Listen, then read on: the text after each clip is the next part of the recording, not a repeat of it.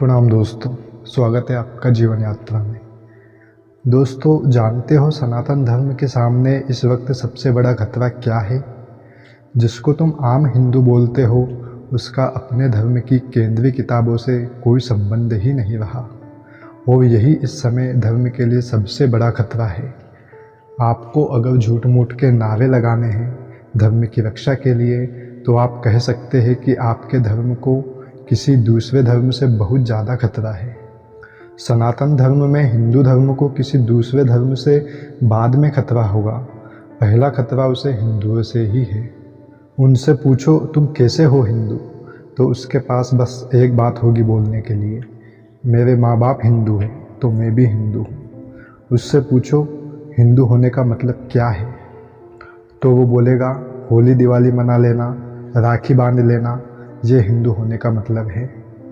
दोस्तों, धर्म का यही मतलब नहीं होता कि उनसे जुड़े कुछ नियम मान लो, त्यौहार मना लो।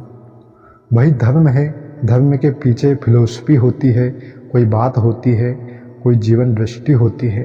वो क्या है आपकी? जिसको तुम हिंदू धर्म बोलते हो उसकी दृष्टि क्या है, दर्शन क्या है, तो वो नहीं बता पाएगा, उसे पता ही नहीं। और ऐसा धर्म बहुत दूर तक नहीं जा सकता जिसके मानने वालों को उसके ग्रंथ, उसके शास्त्र का ही पता ना हो। पहले कहा सनातन धर्म, फिर कहा हिंदू धर्म, उसी को वैदिक धर्म भी बोलते हो। ये कैसा वैदिक धर्म है जिसका पालन करने वालों के घरों में वेद पाए ही नहीं जाते?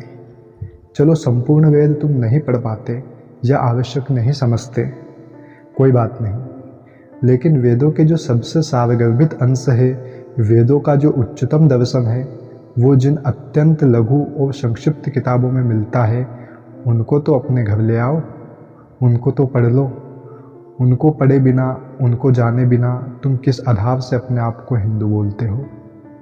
घर घर में संतों की वाणी होनी चाहिए, कबीर साखी ग्रंथ होना चाहिए, उपनिषद संग्रह होना चाहिए, श्रीमद् भगवत गीता होनी चाहिए, अष्टावक्र गीता होनी चाहिए, योग वशिष्ठ होनी चाहिए।